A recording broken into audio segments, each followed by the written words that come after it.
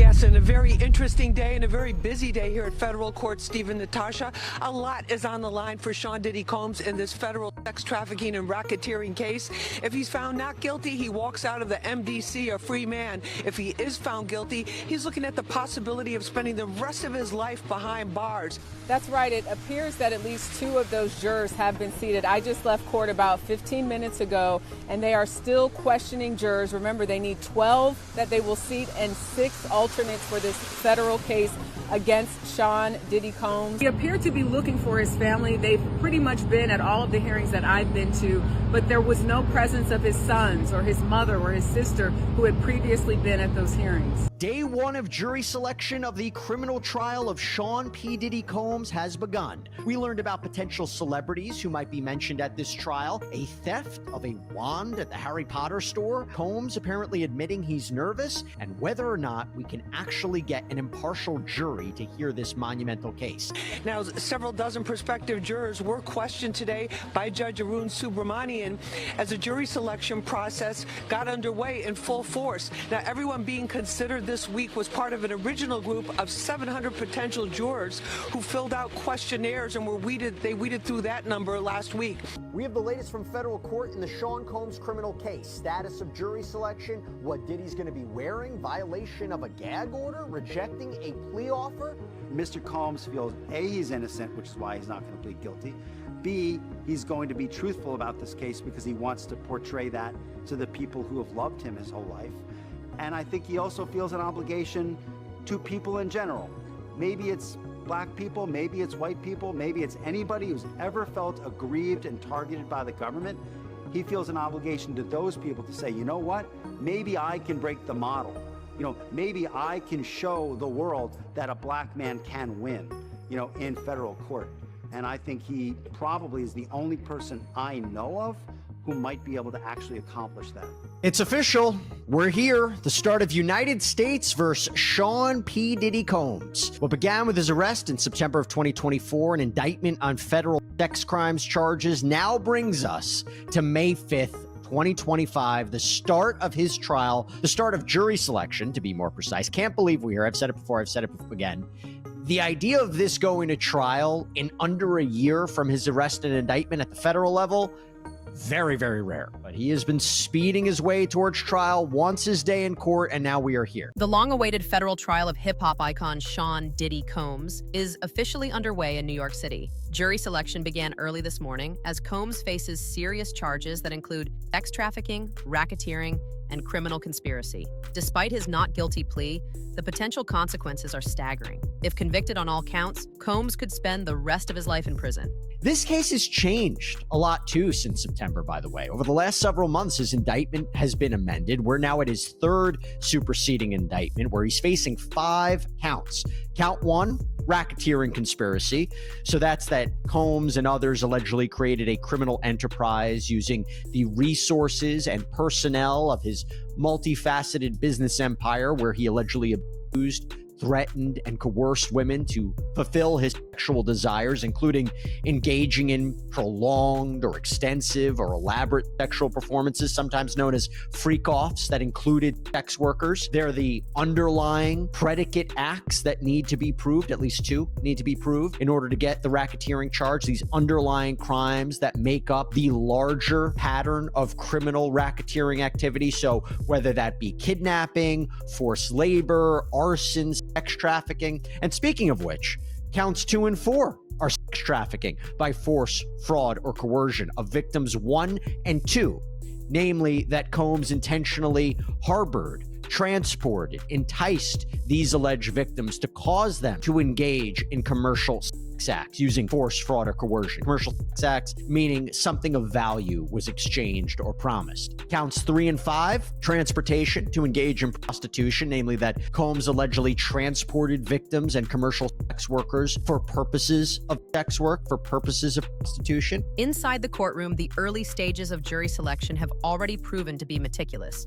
As of this afternoon, at least 2 jurors have been officially seated. The court is seeking to impanel 12 jurors and 6 alternates. And while 9 individuals had been questioned by midday, the process is expected to continue over the next several days. Throughout the questioning, the presiding judge has emphasized the principle of presumed innocence, repeating again and again to each juror that Mr. Combs is not to be considered guilty unless proven so beyond a reasonable doubt. In such a high-profile case, the reminder serves as a vital reinforcement of the impartiality required by law. And many times over, the judge mentioned that Sean Diddy Combs is presumed innocent unless he is found guilty beyond a reasonable doubt. He mentioned that over and over again to each juror that was questioned.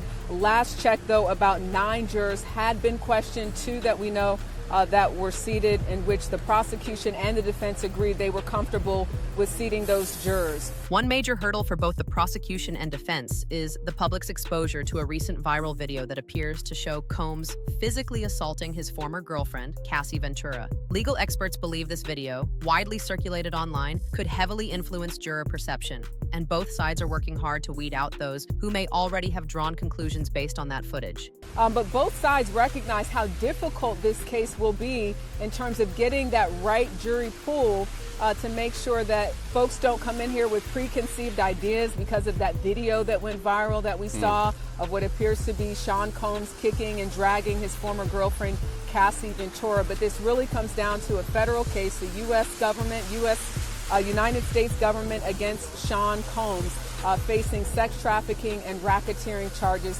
which could get him up to life in prison if he's convicted on all charges. To meet the court's timeline, officials aim to process up to 50 potential jurors per day. But attorneys on both sides admit that assembling a jury free from preconceived notions is no easy task, especially considering Combs' long-standing celebrity status and now his increasing notoriety due to these accusations.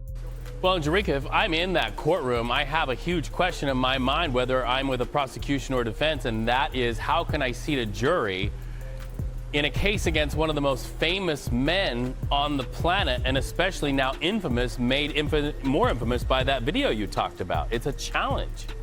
It really is, Reed, and I think that's why even with the questionnaires that these jurors filled out, it was an opportunity for both sides to ask questions to those jurors based on how they filled out that questionnaire. In a telling moment inside the courtroom, some jurors were asked whether they recognized high-profile figures like actors Michael B. Jordan and Mike Myers. One juror acknowledged knowing the name Kanye West. While it remains unclear how these individuals relate directly to the case, the line of questioning suggests they may appear in testimony or be linked to parties or events under investigation. The appearance of celebrity names and familiar venues in jury questioning could indicate potential witnesses or locations relevant to the charges. However, legal analysts caution that it's too early to determine whether this is merely to gauge juror awareness or whether these individuals are somehow tied to the events surrounding the case. There were some other telling moments in what we are now learning about some of the people and places, for instance, that jurors were asked about if they were familiar with. For instance, one juror said that they were familiar with, I believe it wasn't, stand by because it is wet outside and I want to make sure I get it right. It was number 88, and that was apparently Michael B. Jordan. And then there was number 117, Mike Myers. So these were jurors saying that they were familiar with pictures of these people, but just knowing them as actors or celebrities. Then there were parts where the judge said, what about number 133? You had a question about that person. And this was juror number 4. They said, I know them as a celebrity, but in that case, the judge didn't mention them by name. And just as I was leaving, another juror was asked about Kanye West in terms of what that juror knew about Kanye West or their feelings or thoughts about him. So we don't know how that will play into this trial, whether this is a situation where maybe one of the witnesses or alleged victims says they saw people at a party, or whether these were just people that were at a Diddy party that we've talked about along with this case. So it's too early to presume exactly what that means, but there are a number of locations and people that these jurors were already shown to find out their connection to or just how familiar they are with some of these people and places. Importantly, the court is also probing jurors on their perspectives of the hip-hop industry and its culture. Given that Combs is one of the genre's most recognizable figures, it's crucial to ensure jurors don't carry cultural or personal biases that could sway their decisions unfairly. And finally, the stakes couldn't be higher. If convicted on all charges, including sex trafficking and racketeering, Sean Diddy Combs could face a life sentence. It's a federal case that pits the United States government against a global entertainment powerhouse, and it's only just beginning.